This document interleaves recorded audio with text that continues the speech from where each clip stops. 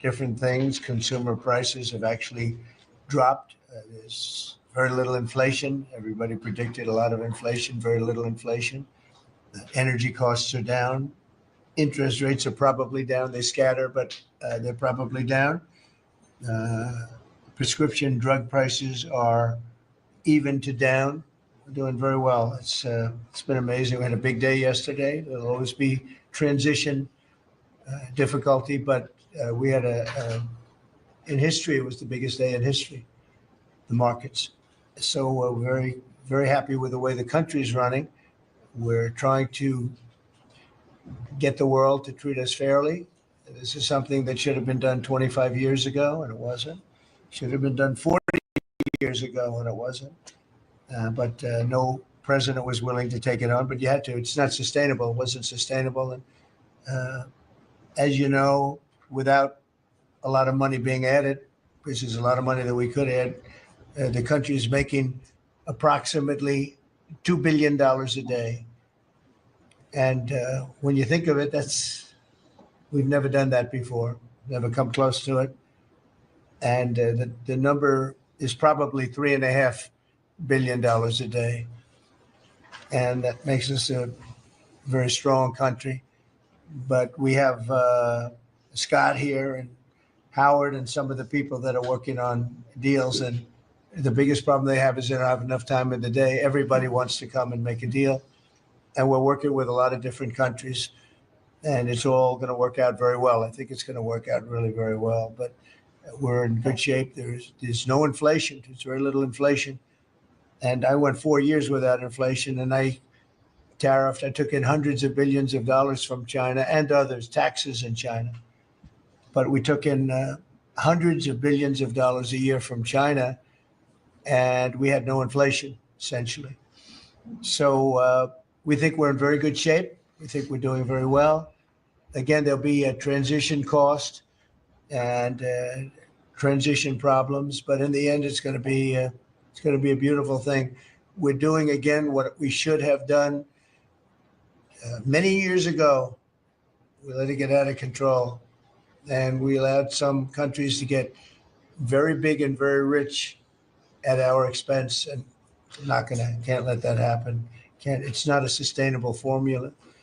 So I wanted to just thank everybody at the table, and maybe I'll go around and ask some of you a little short couple of answers. Pete just got back from Panama, and he's been all over the place. And you want to give us a little report on that and whatever else you might have to say. Everyone at this table is doing an incredible job, by the way, I have to say, incredible. And the relationships it's like they're friends. They're really, the relationships are very strong, really good, really strong. And these meetings are very good. And I think, I don't believe there's any other president that allowed the press to come into a meeting such as this. These are very sacred meetings. These are very private meetings, but we have nothing to hide. And I think it's good. I think it's a good, we want to be, a word you like to use, Jeff, is transparent. So we want to be transparent, and we'll do that by starting with Pete. Go ahead, Pete. Yes, Mr. President, we just got back from Panama last night. We were at the Panama Canal with their Southcom commander ships, F-18s, troops, and signed a couple of historic deals. One, which is with the Panama Canal Authority, a framework for U.S. vessels, first and free through the Panama Canal. Right. And then also a memorandum of understanding with their security minister for the presence of U.S. troops. Fort Sherman, it's an old U.S. base there, as well as their naval station and air station, jointly with Panama to secure the Panama Canal from Chinese influence. That's something you said, we're taking back the canal.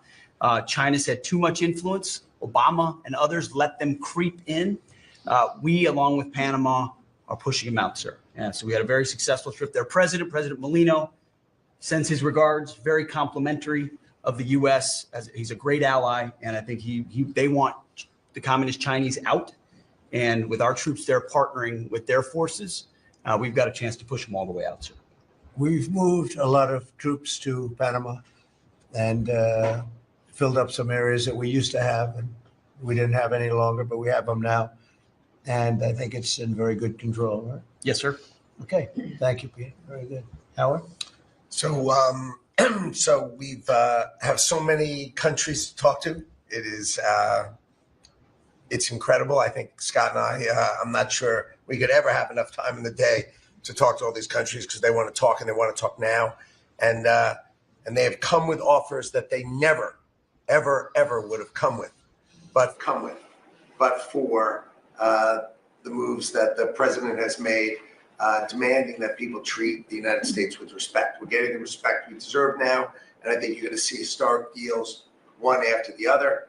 And then I'm very excited that within a week and a half, we're going to start with the gold card, and the Trump card is coming out, and we're very excited about that, and that's coming soon. So very excited. Thank you very much. Good job. Linda? Well, on a couple of fronts, we have been addressing the issue of anti-Semitism on campuses. There's been some grant funding and contract funding that we've reviewed, and some canceled and some we've put on hold, waiting for that, while we do an investigation. On the other side of what my responsibilities are in having education go back to the states, we're meeting and talking with governors. I was with this week all 50 commissioners of education around the country, and because we also want to provide them with tools and best practices as education does move back to the states. Making great progress, great response from the states, and very positive. And what about colleges? You're holding $400 million from Columbia, From Columbia. $8 billion from Harvard. Can you imagine the money we pay Harvard? They have a $60 billion fund, and we're giving them $8 billion, and we're trying to figure that out. And then they hire de Blasio, the worst mayor in the history of New York, and they hire the woman from Chicago who was a disaster, total disaster, and they pay them massive salaries, and they're supposed to be teaching you government. That's not Harvard. That's not Harvard the way it used to be.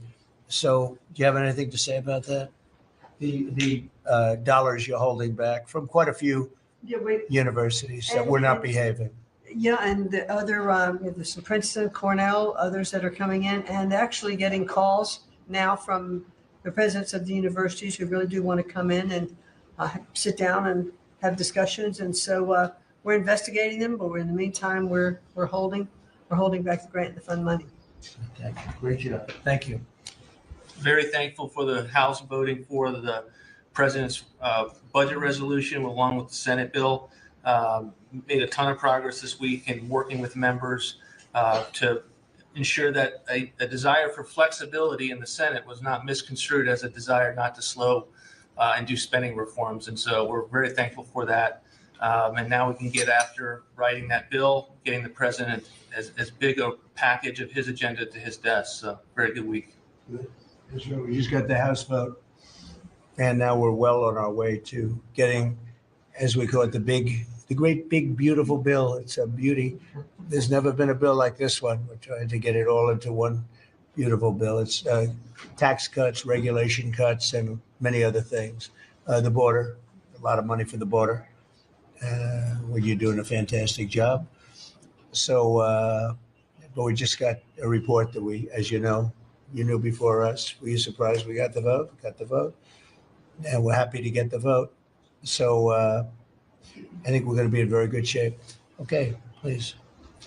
Mr. President, last year, the Chinese received 1,700 orders for new ships. American shipyards received 5.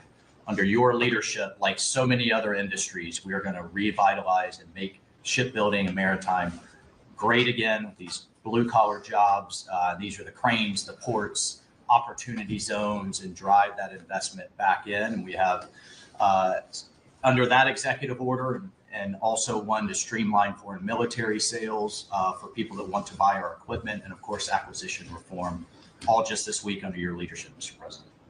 So we're going to be rebuilding our shipbuilding business. We may order, would have to go to Congress for this, but we may buy some ships from other countries that we're close to and that do great jobs with ships. But we're going to start the process of rebuilding. We don't really essentially build ships anymore, which is ridiculous. It's going to be a very big business for us in the not too distant future. But in the meantime, we have countries that do very well at building ships, and we'll be dealing with those countries, and we may be ordering top of the line ships from those countries. And within a fairly short period of time, we'll be building our own ships. So we'll probably have to go to Congress for that, but we're not going to have a problem. Susie, thank you very much for the job you've done. Go ahead, please. I just wanted to make sure you know that this cabinet, I think, pretty uniquely collaborates and cooperates and works together to accomplish all that you've asked them to do, and I think they deserve a lot of credit for that. True. You're doing a great job. The chief of staff, doing a great job. Lee, go ahead. Mr. President, the Biden EPA was strangulating the economy. The Trump EPA understands it's not a binary choice. We could protect the environment and grow the economy. Working with Doge and Elon Musk, we've now canceled $22 billion worth of grants. And we have launched what is the largest deregulatory action in the history of the country, just in one agency. That's how much of a mess the Biden EPA left us. It is going to end up reducing the cost of living. It's going to create jobs. It's going to make it easier to purchase a car. It will be easier to heat your home. We're proud of this effort. The effort that we have is fulfilling the mandate that you earned from the American public. Clean air, land, and water for all Americans, unleashing energy dominance, permitting reform, advancing cooperative federalism, making America the AI capital of the world, and bringing back American auto jobs. When you called me that day asking for me to take this position, I was honored. And you were very specific and clear in what you wanted us to accomplish. We understand our mission, and at the Trump EPA, we're going to make you proud. Great job. You're doing a great job. And you have a lot of applications for approvals for power plants, which are going to really power the regular plants, and they're going to be right next to each other because we can't rely on our grid. It's old and it's tired, and it's, very subject to being attacked, whether by rain or by bombs or by anything else. And we're letting people build their own power plants, and these are a lot of them being built with the AI and beyond the AI chips, and we're letting them build their own power, and never been done before. And we're going to get it done quickly and approved quickly as part of a plant. They'll have a sort of be their own power company, and it's very exciting. They couldn't believe it when I told them that. I said, we're going to get you the approvals very fast as part of your regular plant. You're going to build electric producing plants, and it's very exciting. And they're able to do it very quickly and very well. And you made it possible. Thank you. You have a lot of applications for some of the biggest plants that have ever been built in the world. These are serious plants, aren't they? Huh? Approved. We are open for business. Working with Secretary Burgum, Secretary Wright, we are going to make you proud. Sean? First off, Mr. President, it's Brooke's birthday today, so she keeps getting younger. So happy birthday to Brooke. Thank you. I want to thank you as well for the shipbuilding at EO. Again, to build ships, we also need mariners to sail those ships. I was just up at Kings Point for the Merchant Marine Academy a couple days ago, and we have some of the greatest young men and women who are learning how to be mechanical engineers to rebuild and fix the engines on those ships, but also how to sail ships. I would tell you that over the past decades, this academy has become, it needs some love. It's been a little bit dilapidated. We have to invest in sailors. And I appreciate you taking the initiative. To be a global power, we have to build ships and have sailors to sail those ships. These are the very people that help Pete should we come into points of crisis to support the military. So thank you for that. Number two, the last administration announced 3,200 projects, big, beautiful roads and bridges. Most of them are good. But they announced them, they didn't sign a grant agreement. 3,200, so the money doesn't go out the door to build the infrastructure in the country. And it's fun to do an announcement. It's actually the harder work to put together these grant agreements. So we're doing the work right now at DOT to get these grant agreements done and build the projects. Most of them are good. And they also put in all of this green and social justice requirements on roads and bridges. We're pulling all that out and putting the money toward the infrastructure, not the social movement from the last administration. Good steel, right? As opposed to green paper mache. Okay, thanks. Great job. Sir, first, we are, I would say, more than friends. We've all become family. And I think that what you have assembled in your vision is a turning point and an inflection point in American history. And so just being a part of that is the greatest honor. So thank you for that. And again, just the relationships here and the honor and respect we have for each other is a reflection of you and your leadership. So I just wanted to say that first. The second thing I want to say is that on behalf of the farmers and ranchers, food security is national security. We have to be able to feed ourselves. And your idea of using tariffs along with deregulation and tax cuts, but your idea of using tariffs to ensure that we are putting forward and putting America first, no one understands that better than our farmers and our ranchers. But having said that, emerging from 4 years of Biden with a 30% increase in inputs for our farmers and ranchers, with an almost $50 billion trade deficit. When we left the first time, it was zero, meaning that they are hurting. So the period of uncertainty we're in, they know that your vision will move us into an age of prosperity for all Americans, but for my people, for the farmers and ranchers, unlike any they have seen before. And I think they are really, really excited and so grateful for your leadership. But also, you have never failed to say that you have the backs of our farmers and our ranchers. It was the first phone call that I had after I was voted with the Senate. And that message just resonates with an almost an 85% support of you in the last election. They're with you. Interestingly, the biggest budget driver at the United States Department of Agriculture is not farming and ranching or agriculture, it's food stamps. And so as we emerge and embark, Secretary Kennedy and I, on your vision of making America healthy again, a massive part of that is realigning and reworking our food stamp program so that it better serves those who need it. And yeah, to the point of getting the transgender, DEI, Green New Deal out of the USDA and realigning is really important. So It's out of the thank you. military, right? Yes, sir. Is it 100% out, would you say? 99.9, sir. I'm going to get that last point Get the more out. rest of it. We've got a much different military, I will tell you. Thanks very much. Good job. And eggs are down big, right? Yes. Big. Yes, sir. Wholesale prices. Retail will come. Easter is the Super Bowl for eggs. So, there may be a little fluctuation, but no, we feel really good about it. Thank you. That's what I hear. Thank you. Thank you. Good. I'd echo what Howard said on the trade queue, that we've got over 75 countries that want to come in. So it'll be Treasury, Commerce, Jameson at USTR, and we're putting a process in place. And as you said, you're going to be part of the negotiations too, because I've had these countries call me up and the Secretary Bessent, we're happy you're going to be negotiating. Well, President Trump's going to be involved too. So bring your best deal on the budget. It's moving quickly in the House and the Senate, thanks to your leadership. We're also going to have debt ceiling in there. So we're going to get an increase in the debt ceiling. And that will be the done and dusted for Part of the bill that we just got to vote on today. So. part of the bill. It'll be done and dusted for 2 years. We won't have to worry about that. And then I gave a speech yesterday to 1,400 small and community bankers, and they were so happy to hear from your administration.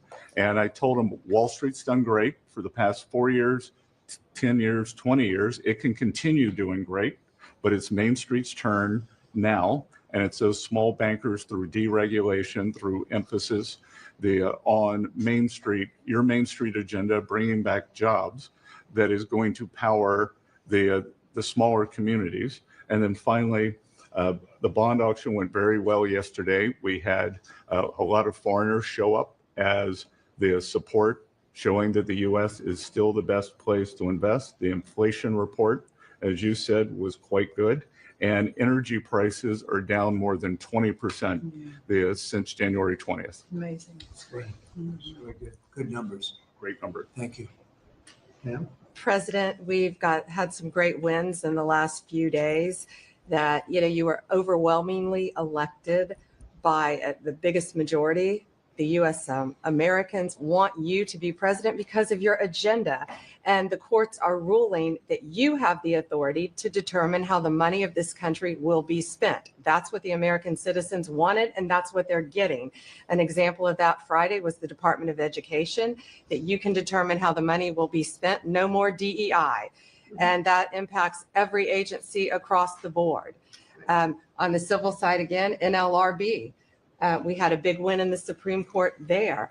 OPM, a big win there, but also 16,000 workers there. But also on the criminal side, the Alien Enemies Act, we are winning there. And your directive to me was to keep America safe, and that's what we're doing. Whether it's the alien enemies, all of these gangs, and they are enemies of our country.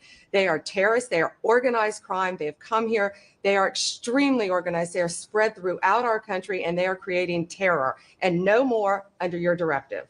And that is stopped. Yesterday in South Florida, we charged 11 defendants with $500 million of pure cocaine coming into our country to kill our kids. They were caught. They will be prosecuted to the fullest extent of the law. These gang members are going back to where they came, or they're going to an El Salvador prison at your directive. And, you also gave us a directive to prosecute the people who are going after Tesla to the fullest extent of the law, some of the greatest police work I've seen. We've made 4 arrests. There will be no negotiations at your directive. They're all looking at 20 years in prison. And within the next 24 hours, you're going to be seeing another huge arrest on a Tesla dealership, President. And that person will be looking at least 20 years in prison with no negotiations. That's great. That will stop it. Cold. Domestic terrorism. Thanks. Doing a great job, too. Thank you very much.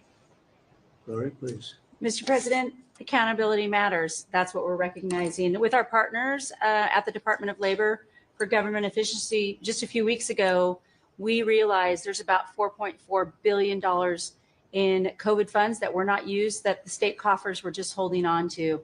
Out of that, we've returned $1.4 billion back to the state treasury, so essentially to the American people, and we'll go back and claw the rest of those billions of dollars back. And on the heels of that, late last night, we're understanding unemployment insurance fraud. That trust needs to be whole for the American people. When we need it for who deserves it. That's not what we're seeing in the numbers that we saw last night, again, exposed by our partners at DOJ at the Department of Labor. Since 2020, over $400 million of payments have gone out already. And when you hear these numbers, apparently in the United States, we have over almost 25,000 people who are over 115 years old, who are collecting $59 million that we have sent out to people. Talk about fraudulent behavior. Mr. President, 28,000 people between 1 and 5 years old have collected fraudulent payments at the tune of $254 million has gone out. And lastly, 10,000 people who have not been born yet, 15 years into the future, $69 million, and they haven't even been born yet. In one case, they will be born 129 years from now. The United States government sent them $41,000 and they're not born yet. So under the Department of Labor, those are the things that we're uncovering. I couldn't be more honored to tell the American people that we're bringing back their dollars and we're saving them and returning them to the United States Treasury. Also, jobs numbers. Last Friday, 228,000 new jobs were reported. That is good for the American people. That is my primary job, is to grow that workforce under your leadership. So we've kicked off the America at Work tour, and we'll be visiting all 50 states. And I'll be working with my colleagues here to do just that. So thank you, Mr. President. We're going to grow this economy. We're going to keep our focus on the American worker. So you're finding tremendous fraud, though. Those numbers are really bad when you're Unheard of. over 115 years old. And I think you had mentioned the oldest person in our country is 114 years old. That's pretty good. A woman living in Pennsylvania, but apparently there's 24,000 more of them that are 115 or older. That I hope you hear that. So we have 24,000 older than the oldest person. Definitely good. That's terrible. And what are we doing about that? How do we get that money back? Yeah, so we're working with our IGs to do the further investigation. The House and Senate, we had a 5-year statute of limitations We've got an extension on that, another 5 years. And so the goal, in my opinion, we should never have a statute of limitations to return the American dollars back to the Treasury when there's fraud. But at this point, we will continue to work hard and double down and return those dollars to the Treasury. Great. Thank you very Thank much. Great job. Christy? Well, Mr. President, thank you for your leadership at the border. For the second month in a row, you have broken the record in the history of the nation for the lowest number of encounters at the border, which is absolutely remarkable. You have said that America's laws matter and that they'll be enforced, and we're hard at work now to get people to go back home that are here illegally. So the Alien Registration Act has been in place long enough now that those individuals that are here illegally, if they haven't registered, then they can be charged criminally and they can face fines up to $1,000 a day and face deportation if they don't go home, and they'll never get the chance to come back to America. So we're encouraging people to use the CBP Home app to register, and we're working on the resources and funding to buy them a plane ticket to send them home. I went to El Salvador, Colombia, and Mexico, and those countries and others are thinking about setting up programs to support these individuals when they get back to their countries. So when they get there, they'll have housing and food assistance. And so making sure that these folks have the opportunity to go home so that they can get the chance to come back to America is important. And So it's a very big self-deport operation that we're starting. thousands of people have already Yeah. self-deported. Well, we're just going to, when you got 21 million people that need to go home because they're here breaking our laws, then we need to facilitate that. And I've been working with the governors a lot lately on several different issues. One of them has been on FEMA for recommendations on how to do exactly what you've directed us to do. And then also I sent a letter and communicated with them that they need to be setting up a SCIF. Some of our governors don't have secure facilities to have national security issues. I think one of the jobs Homeland Security has is to give communication down to states, to local cities and communities. And so recommending they get a SCIF, they have secure comms with them at all times or nearby so that they can have national security conversations, and then to have somebody in their office designated that is their communications person. A lot of them have emergency management officers, but they don't necessarily have somebody designated when it comes to a national security issue that we may need to communicate with them on. And I think American people need to know that Real ID will be required to travel on May 7th. So those governors have been notified to communicate that at home. We don't want anybody to get delayed and not be able to travel when they get to an airport. And this will also help us bring integrity back to all of our IDs and how they're used for issuing driver's licenses. And governors know how I feel about making sure their driver's licensing system has integrity, because a lot of people use their driver's license to vote. And the backbone of our country and the foundation is election integrity. So we're giving all those directions to our governors and communicating that so they can lead on it as well. And we're going to work with people so that if they go out in a nice way, go back to their country, we're going to work with them right from the beginning on trying to get them back in legally. Is that right? So it gives you a real incentive. Otherwise, they never come back. They'll never be allowed once a certain period of time goes by, which is probably going to be 60 days. We're also going to work with farmers that if they have strong recommendations for their farms for certain people, we're going to let them stay in for a while and work with the farmers and then come back and go through a legal process. But we have to take care of our farmers and hotels and, various places where they need the people. And we're going to be working with you very carefully on that. So a farmer will come in with a letter concerning certain people saying they're great, they're working hard. We're going to slow it down a little bit for them. And then we're going to ultimately bring them back. They'll go out, they're going to come back as legal workers. Okay? Yes, sir. Thank you. Which I think I think it's very important to do. Okay, thank you very much. Great job. Jameson, I watched you testify for the last Yeah, he did couple of days. You're on every night at 3:00 in the morning. You did great. Fantastic. Thank you very much. It's just what I like to do for fun, sir. You've been keeping us very busy. Last week, you started a reordering of international trade, something that hasn't happened for 80 years, something that should have happened decades ago. And you know that. You've known that for a long time. That's why you have us all working on this. you came into an emergency situation where President Biden left us with a $1.2 trillion trade deficit. It's the largest of any country in human history, the largest. So you declared an emergency, you took You action. say the largest in history, right? In history. There's never been anything like what he left us. He left us a mess. His whole administration was a mess. So go ahead. So you declared an emergency, you imposed a trade action. So now you have a tariff on the world. It promotes U.S. manufacturing, it protects U.S. workers, and you've also given room for negotiation during this time so we can open export markets for our farmers and other producers and American workers. And this is why the unions vote for you. This is why the workers vote for you. This is why the families want you to be the president, because you're standing up for American workers and American communities. We've had countries come in over the past couple of weeks that represent more than half of global domestic GDP, more than half. That's who's coming in to talk to you and to your advisors about how to have reciprocal trade, how to have fair trade. Wouldn't have happened without you. Thank you very much. Great job. Lovely lot. Well, thanks to your fantastic leadership, this amazing cabinet, and the very talented Doge team, I'm excited to announce that we anticipate savings in FY26 from reduction of waste and fraud by $150 billion. And I mean, and some of it is just absurd, like people getting unemployment insurance who haven't been born yet. I mean, I think anyone can appreciate whether, I mean, come on, that's just crazy. So, you know, some of these things, if people ask me like, well, how are you going to find waste and fraud in the government? I'm like, well, actually just go in any direction. That's how you find it. It's very common. it's as the military would say, target rich environment. So I think we're doing a lot of good and an excellent collaboration with the cabinet to achieve these savings. And it'll actually result in better services for the American people. And then we're going to be spending their tax dollars in a way that is sensible and fair and good.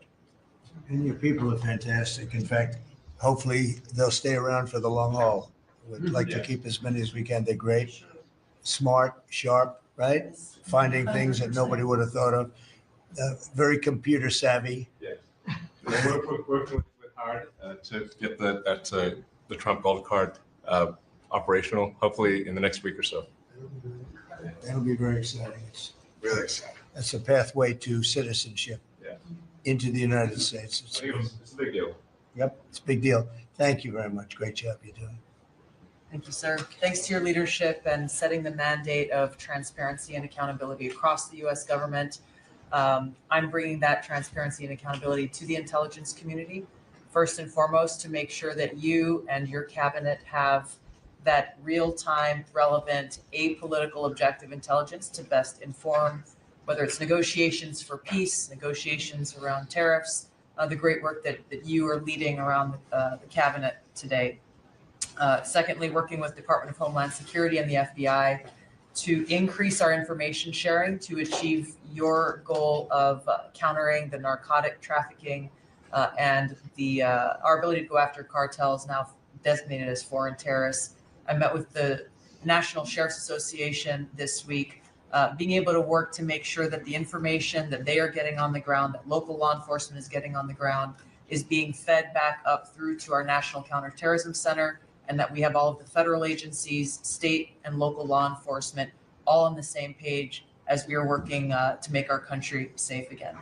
And lastly, sir, as you know, declassification and rooting out weaponization, politicization of the intelligence community is a huge priority. You know more than anyone else the very dangerous and negative consequences of that. I've got a long list of things that we're investigating. We have the best of the best going after this. Election integrity being one of them.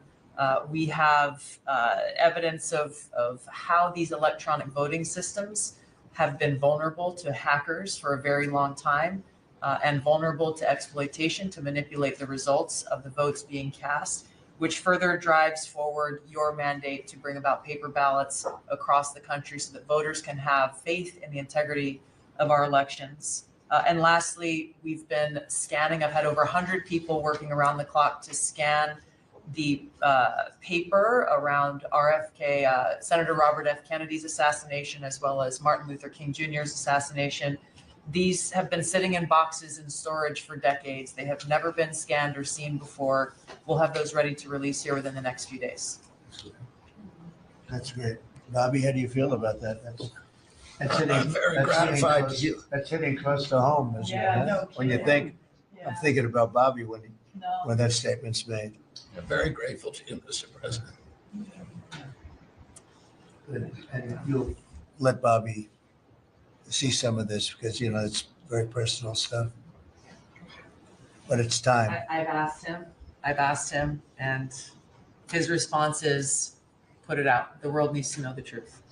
And his uncle that's been out and anything that hasn't been out, they can go to your offices and see, right? Everything that we have within our possession, it's either online or it's physically at the National Archives and Records Agency. We also have hunters going out, Mr. President, and looking in the storage lockers at FBI and CIA and other agencies, specifically to find if there is anything else that has not been reported. We're actively going out and trying to search out the truth. Okay. Yeah, we want to get it all out. Yes. 100%. Good. Thank you very much. Good job, guys. Mr. President, on behalf of America's manufacturers, I want to thank you for standing up to the Chinese Communist Party and fighting for our main streets, for our workers, and for those that make things in America. I'm out on a Made in America manufacturing tour, and as I go across the country, people are grateful to have a president who's not just fighting on the tariffs fronts, but to get inflation down, to create jobs. After Biden destroyed 110,000 manufacturing jobs in just his last year, you've already brought back thousands and thousands of manufacturing jobs. So the American worker is grateful. Main Street is grateful for you. And at the agency level, we're making sure that manufacturers have access to the capital they need, but we can't do that if we're not fighting fraud. So we've modified our loan applications to have citizenship verification, to make sure we have birth dates, common sense principles around lending that the Biden administration had waived. They waived $450 million of fees in 1 year. We're restoring that for the American taxpayer. And the American taxpayer, as tax day approaches, April 15th, they need to know that this cabinet, this administration, and thank you, Elon Musk and Doge, for fighting for the American taxpayer to make sure that their hard-earned dollars are well spent, that they have a return on investment for this country, and that we're fighting for them just as you are every single day. So thank you, Mr. President. Thank you very much. Mr. President, we are working at HHS to advance your agenda to make America healthy again. I'm working with Lee Zeldin to reassess the fluoride rules based upon the August release by the National Toxicity Program of new science that shows a direct inverse correlation between exposure to fluoride and IQ loss, particularly in children. Lee and I were in Utah this week, to announce that Utah became the first state in the country to ban supplemental fluoride. I'm working with Brooke on and governors now in 24 states who are advancing MAHA legislation to get soda pops off of the food stamp program, off the SNAP program. We've launched Operation Stork Speed to get the bad chemicals out of baby formula. We're working with governors across the country to get good food into the school lunch programs and to get rid of food chemical dyes and other bad chemicals that are in our food. We've shown now that this directly affects academic performance, violence in the schools, and mental health, as well as physical health. We are working with governors across the country to get cell-to-cell or bell-to-bell legislation to restrict the use of cell phones in schools, which again dramatically impacts academic performance. Today we announced a dramatic reduction in animal testing at NIH and FDA. We're going to switch over to AI, which we've now found is much more precise in identifying the impacts of toxics in various products. We're working with Elon, who's done an incredible job to eliminate the redundancies and to streamline operations at all the health agencies and to calibrate our trajectory to your agenda of making America healthy again. And finally, on the CDC has done an amazing job at getting the measles outbreak under control. We have about 680 cases now in 22 states, compared to the same outbreak in Europe, which is 127,000 cases and 37 deaths. Our numbers in this country have now plateaued. And I want to thank CDC for that. And we're trying to refocus the press. We've had 3 measles deaths in this country over 20 years. And we're trying to refocus the press to get them to pay attention to the chronic disease epidemic as you've asked us to. We have now 38% of American youth are pre-diabetic. This was unknown 30 years ago. Every child that becomes diabetic, there should be a headline about them. We have 100 million adults who are pre-diabetic or diabetic. And we have, we have now the autism rates have gone from now most recent numbers we think are going to be about 1 in 31, from 1 in 12. So they're going up again from 1 in 10,000 when I was a kid. And we are going at your direction. We are going to know by September. We've launched a massive testing and research effort that's going to involve hundreds of scientists from around the world. By September, we will know what has caused the autism epidemic, and we'll be able to eliminate those exposures. So big. Think of that. So it was 1 in 10,000 children had autism, and now it's 1 in 31. Not 31,000, 31. That's a horrible statistic, isn't it? And there's got to be something artificial out there that's doing this. So you think you're going to have a pretty good idea, huh? We will know by September. No, there will be no bigger news conference than that. So that's it. If you can come up with that answer where you stop taking something, you stop eating something, or maybe it's a shot, but something's causing it. It can't be from 10,000 to, can you imagine that, Marco? That's a big number. Thank you very much. You're doing great. Thank you, Bobby. Please.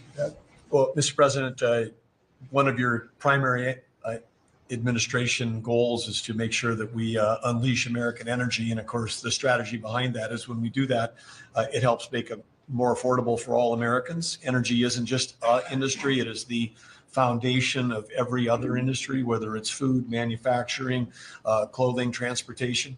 And then also when we've got the ability to generate and not just be energy independent, but energy dominant, then we have the opportunity to sell energy to our friends and allies versus them buy it from our adversaries. And our adversaries were funding terrorism and conflicts against our allies by their oil and gas sales that were going through a Swiss cheese set of sanctions. So with your creation of the National Energy Dominance Council, over half the people at this table serve on that. Everyone has been engaged, whether it's interactions with negotiations with other countries, with putting sanctions in place that actually work, with cutting deregulation, working on biofuels, building infrastructure for transportation. There's a whole range of things that are being tackled. But when in the outcome of all that is that the Biden administration was restricting supply, you're increasing supply. When you increase supply, then prices start to come down.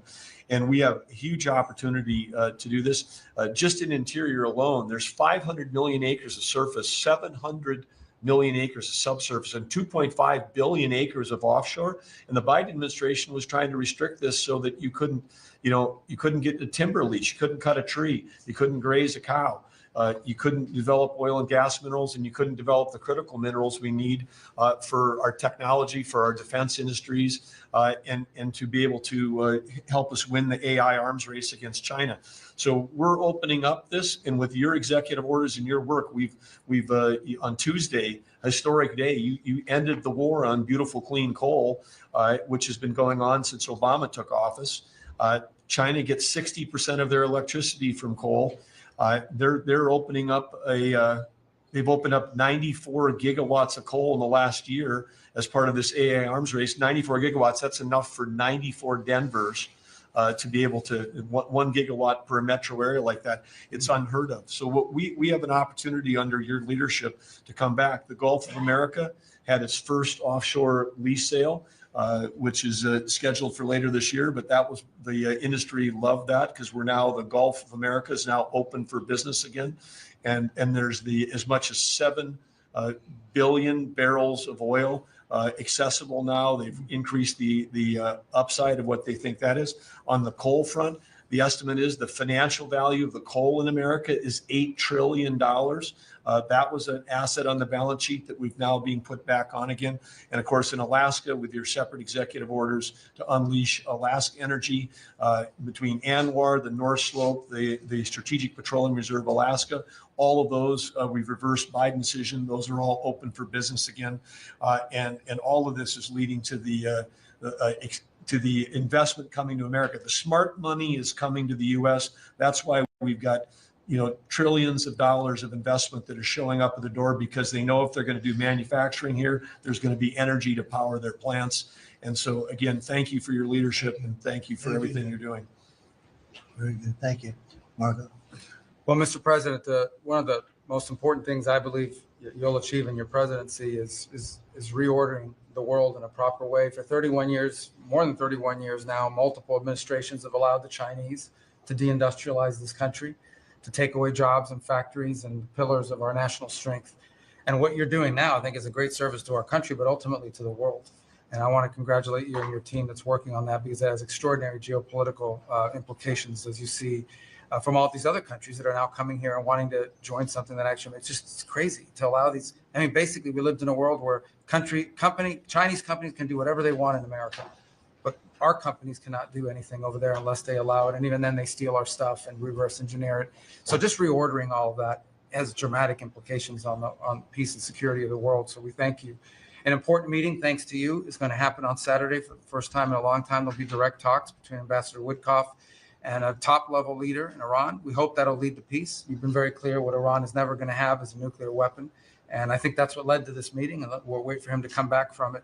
And we're hopeful about that. I would also say that we are receiving, and I think the Department of Homeland Security can confirm this, historic cooperation from countries all over the world. Number one, in taking back their citizens. Every country in the world has to take back people that are illegally in another country. And we have countries that refuse to do it or kind of ignore our calls. All of them are doing it. The ones that are not are paying a price. And we've also found cooperation in other countries that are willing to take some of these people, some very dangerous criminals. I know the president of El Salvador will be here next week, has really been a good friend of the United States in that regard. These are some of the worst people you'll ever encounter. And Pam knows this, and Christy knows this from the work they're doing. And one last point I want to make, Mr. President, again, it's under your leadership, it's actually under your executive order. If you come to this country as a student, we expect you to go to class and study and get a degree. If you come here to vandalize a library, take over a campus and do all kinds of crazy things, we're going to get rid of these people and we're going to continue to do it. So when we identify lunatics like these, we take away their student visa. No one's entitled to a student visa. The press covers student visas like there's some sort of birthright. No, a student visa is like me inviting you into my home. If you come into my home and put all kinds of crap on my couch, I'm going to kick you out of my house. And so, that's what we're doing with our country, thanks to the president. And last but not least, very important development this week, but both Pam and I are very excited. The finest higher education institution in the United States, University of Florida, is also now the national champions in basketball. And we hope you'll host them here soon, Mr. President. Go Gators. They're coming. They're coming very soon. Well, thank you very much. You're really doing a great job. We appreciate it. Any question? Mr. President, can you give us a reaction to today's stock market drop and also give us a sense of the next steps with China? Well, I haven't seen it because I've been here for 2.5 hours, so I'll be seeing it. I think Scott went out. Scott, you want to have a statement on that? Sure. Look, the up 2, down 1 is not a bad ratio, or up 10, down 5. And I think as we have talked about, as we go through the queue and settle with these countries who are going to bring us their best offers, we will end up in a place of great certainty over the next 90 days on tariffs. But we had very good inflation numbers today. Oil's down. We had a successful bond market. So I don't see anything unusual today. And next steps for China, sir? Well, we'll see what happens with China. We would love to be able to work a deal. They've really taken advantage of our country for a long period of time. They've ripped us off beyond nobody. How people stood for it, sitting in my position, is not even believable. And we're talking about many presidents, not just a couple. But they did, and all we're doing is putting it back in shape. We're resetting the table. And I'm sure that we'll be able to get along very well. I have great respect for President Xi. He's been, in a true sense, he's been a friend of mine for a long period of time. And I think that we'll end up working out something that's very good for both countries. I look forward to it. Mr. President, China retaliated today by reducing the number of American films that can be shown there. What's your reaction to them now targeting cultural exports from the United States? I think I've heard of worse things.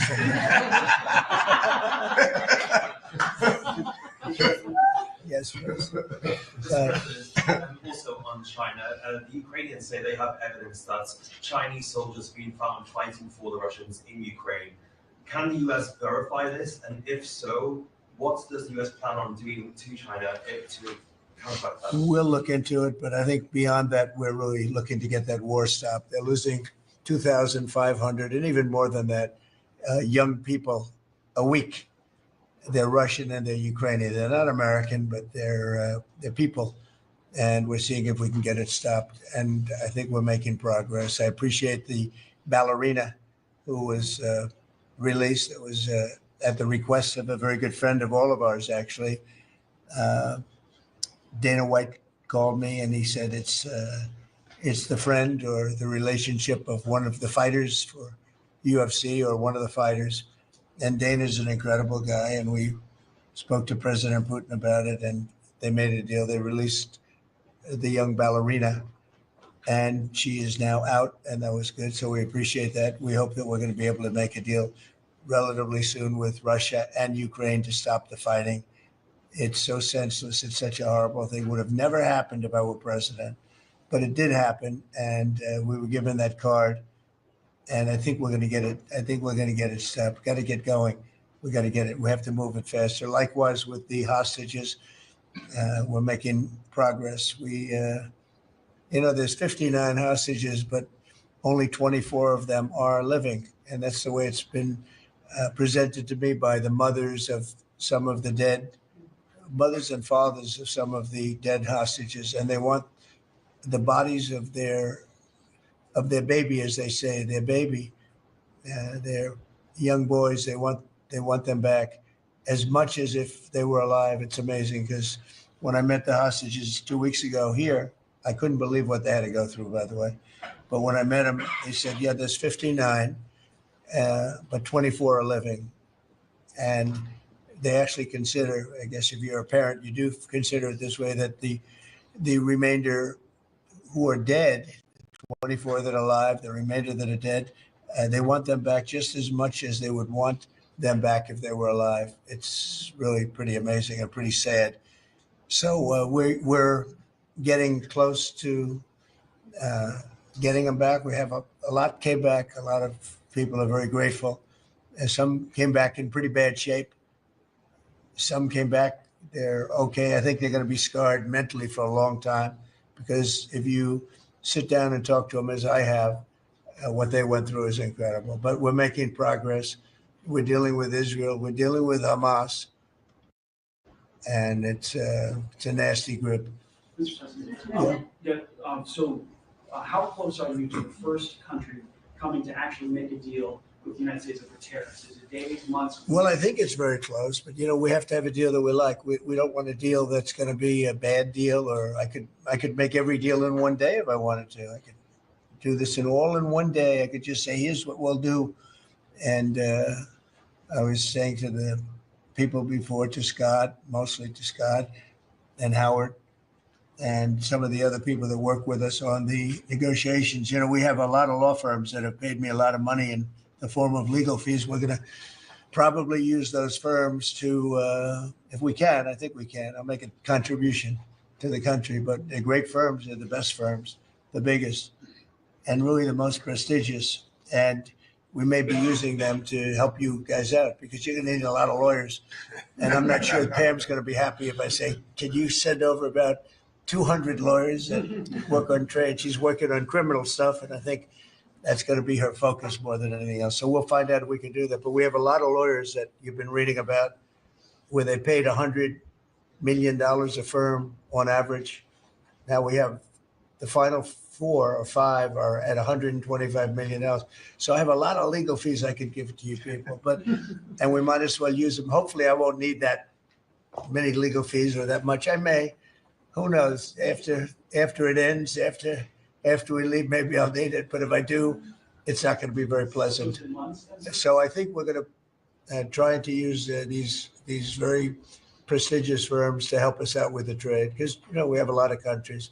But we want to make deals that are proper for the United States, not just we can make deals easily. We want to make them proper.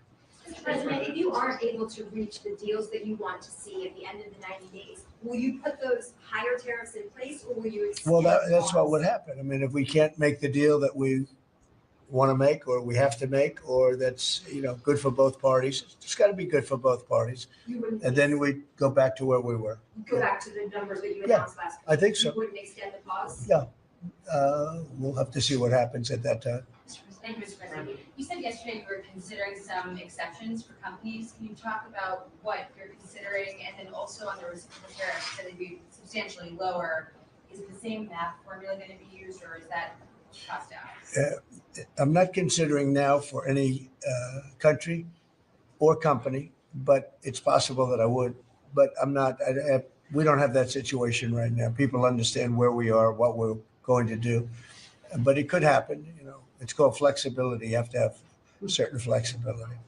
Mr. President, what are you planning on using the money that you're gaining from revenue through the tariffs on? Paying down national debt, reducing taxes, creating good budgets, helping Christie with the border and all of the other things. I built hundreds of miles of wall, as people now understand, 571 miles of border wall in the first administration. But we're going to beef it up and we're going to add more. And, the numbers are incredible, really. The numbers are what's taken place. We had great numbers, but these numbers are topping my last administration. And Christie and Tom Homan have done an amazing job. But it's an expensive process. This weekend, where they used to have hundreds of thousands of people standing there pouring through the border in Tijuana, Mexico, this weekend they had nobody. You had a man sweeping this massive piece of concrete, which is, the area where they said massive. And I've looked at that during the Biden administration. You couldn't see a piece of that concrete. There were so many people on it. You couldn't, if you had helicopter shots, you couldn't see concrete. Now, this weekend, you had nobody there but a man with a broom sweeping it and cleaning it up. Pretty amazing. It's really an amazing job. But it will be used for that. It'll be used for a lot of things. It'll be used by the Department of Justice for doing a great job. Pam is doing a fantastic job. So it's going to be used for a lot of different things. Mr. President, on a 10% tariff, is that a basement? Is that the It's a baseline. Can countries negotiate that to bring that It depends down? on what they're adding. Some countries we have massive deficits with, or they have big surpluses with us. And others, it's not that way. So it depends. That's why it's really they're all different. Every country is different. Some have certain advantages that others don't have, and certain things. We have China has a surplus of $1 trillion. I mean, the numbers are crazy.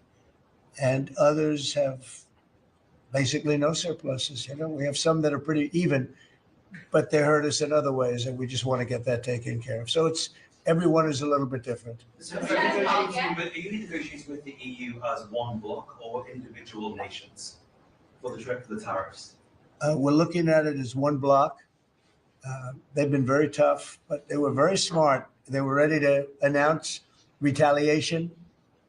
And then they heard about what we did with respect to China and others, but China. And they said, we're going to hold back a little bit. They decided to hold back. I thought they were very smart. Look, the EU is very smart, but they really have taken advantage of the United States. They were formed for the purpose of taking advantage of the United States. And I don't blame them, and I don't blame China. I don't blame anybody. I blame the people that were sitting at that desk in that other beautiful Oval Office for allowing it to happen. Many presidents I blame. They should have never allowed it to happen. And I'm doing something that a lot of them wouldn't want to do. But I'm here, I do those things, and we're going to make this country great again. We were taken advantage of by almost everybody. I sat back in the last administration. I would actually read them. I don't have to read them now. I know them so well. I would read some of these documents that were signed, deals. And I said, who would do a deal like this? Who would do it? You've seen it, Elon. Yeah. I'd look at deals where it's so one-sided. Even we have a deal with Japan, and we get along great with Japan, and we had the prime minister here. He was fantastic. As you know, Abe was great. Shinzo was great. He was a good friend of mine, unfortunately no longer with us. But we defend them, but they don't have to defend us. I said, that doesn't sound too good. But we have a deal where a defense deal. We pay hundreds of billions of dollars to defend them. But if for any reason, in other words, we pay all the money. They don't pay anything.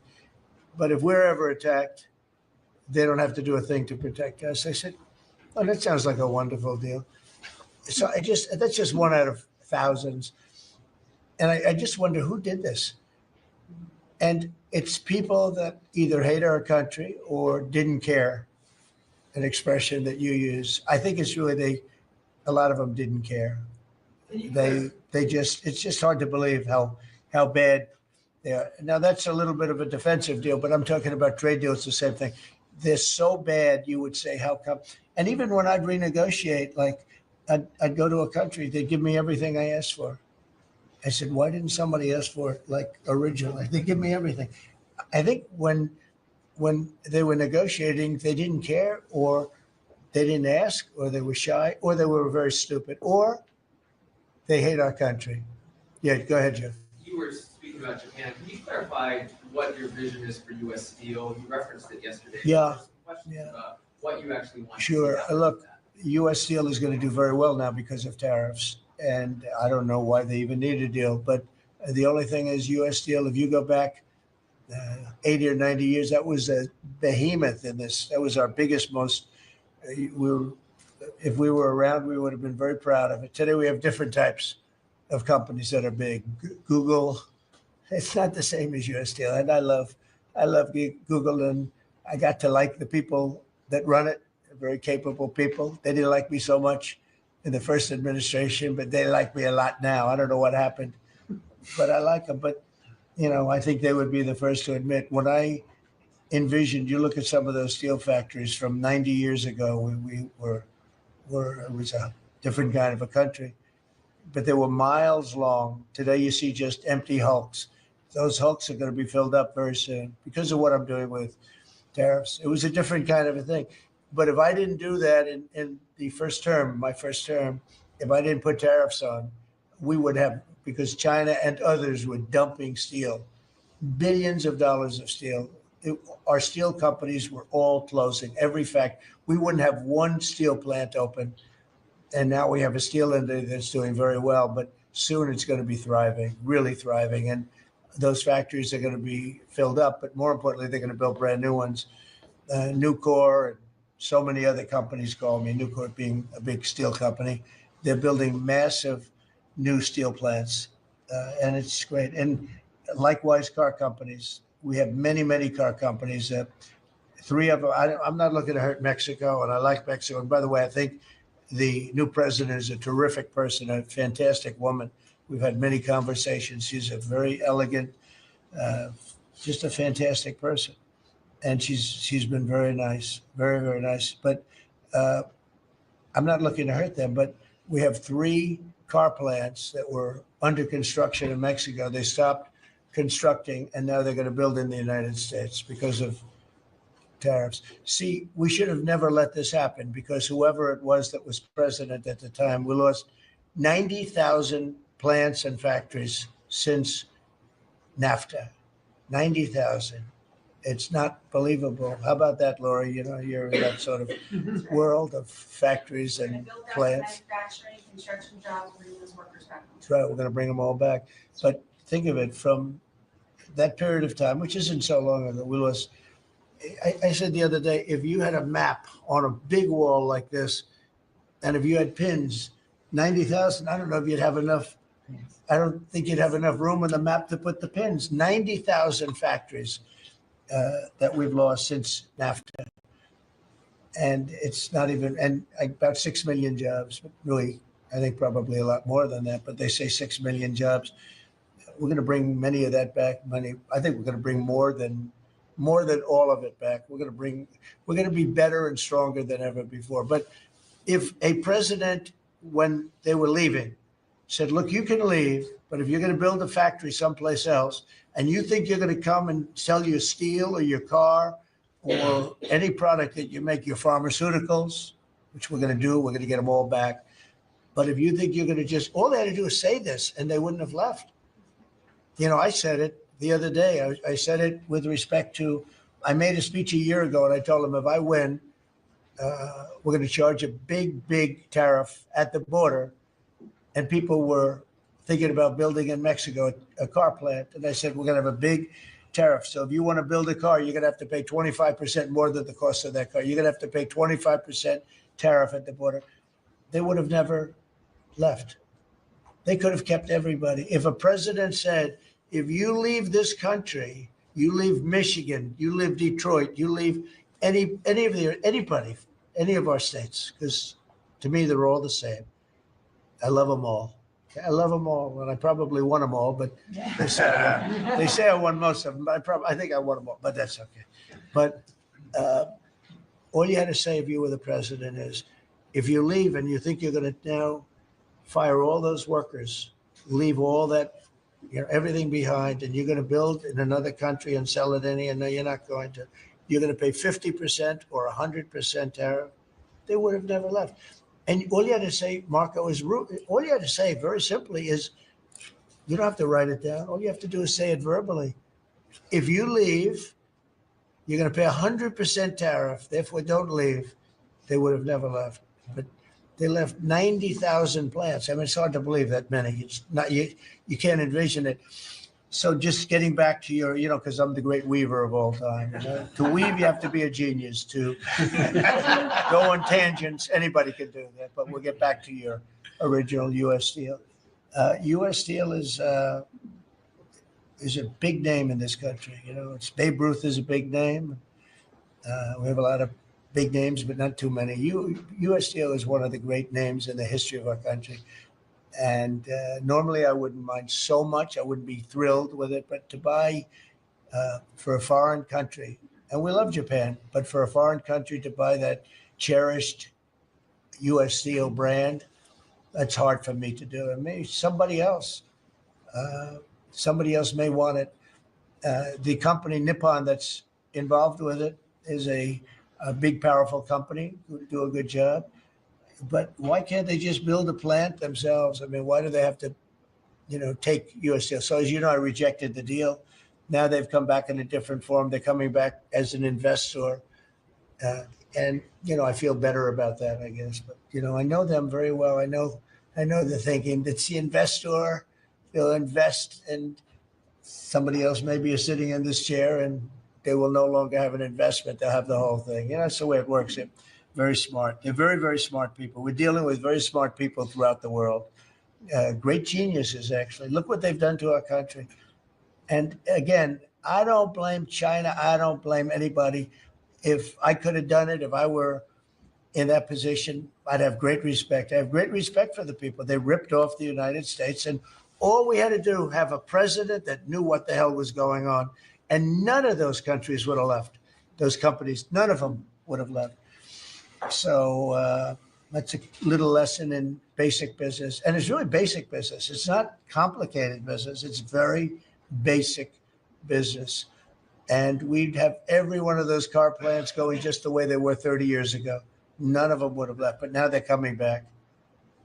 Mr. President, the Labor Department has confirmed that $400 million went to fake people for unemployment benefits. Yeah, That's what your initial reaction. I think it's terrible.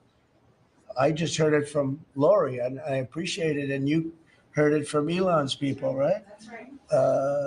Elon's done a fantastic job. Look, he's sitting here, and I don't care. I don't need Elon for anything other than I happen to like him. But I'm telling you, this guy did a fantastic job. I don't need his car. I actually bought one because, and they said, "Oh, did you get a bargain?" No, I said, "Give me the top price." I paid a lot of money for that car, but honestly, he makes a great car. You know what I do with it? I let the people in the office drive around in it. Margot and Natalie, and they're all Chamberlain. They're all driving around the most beautiful car. It's gorgeous. But I did that as a sign of just a show of support. Numerous people have done that. Just a show of support, because he's done a fantastic job, but he hasn't been treated properly. Hasn't been treated properly. Yeah.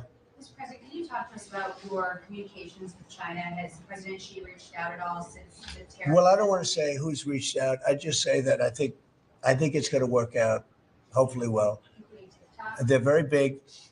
It's hard to get over, if you're me, what they've done to our country. They've destroyed our economic base to a large extent. The good news is we're very vibrant, and we're going to get it back fast. We already have. Look, we're making $2 billion a day now. And during Biden, we were losing $3 billion a day. Biden was a disaster. He was the worst president in the history of our country. And, to me, worse than that, because the money you can make if you have the right guy in this position, worse than that was what they did on the border. By allowing the jails of the world, not South America, all over the world, to be opened up so that we take everybody from Africa, Asia, South America, Europe, the bad ones. They opened up their jails and they dumped them in the United States. And now this beautiful young woman who seems to be, boy, she loves what she does, though. I think she loves what she does because she's a patriot. She hates to see it. And Tom and all the people. But for us to spend, hundreds of billions of dollars this is just, I don't know. They either hated the country. Who would do this? Who would want millions of people to pour through an open border? We have no idea who the hell they are, and just walk right through. And half of them, whether you like it or not, you could look at them and you could say, they are not going to help us. These are some rough people. But they'd empty out their jails, and they'd empty out their mental institutions, insane asylums, and they let them into the United States of America. And inflation we can fix, and all of the other things we can fix. We'll get it going. But this is something, it's such a horrible thing, and it's really hard. We have to do deportations. Now we're doing self-deportation. We're coming up with all sorts of ideas. And they must have known it's not going to work out well. And, we want people to come into our country, by the way. We need them badly for this. Thank you very much. We had a very good meeting. We're talking about a lot of different things. Consumer prices have actually dropped. There's very little inflation. Everybody predicted a lot of inflation, very little inflation. Energy costs are down. Interest rates are probably down. They scatter, but they're probably down. Prescription drug prices are even to down. We're doing very well. It's been amazing. We had a big day yesterday. There'll always be transition difficulty, but we had in history, it was the biggest day in history, the markets. So we're very, very happy with the way the country is running. We're trying to get the world to treat us fairly. This is something that should have been done 25 years ago, and it wasn't. Should have been done 40 years ago, and it wasn't. But no president was willing to take it on, but you had to. It's not sustainable. It wasn't sustainable. And as you know, without a lot of money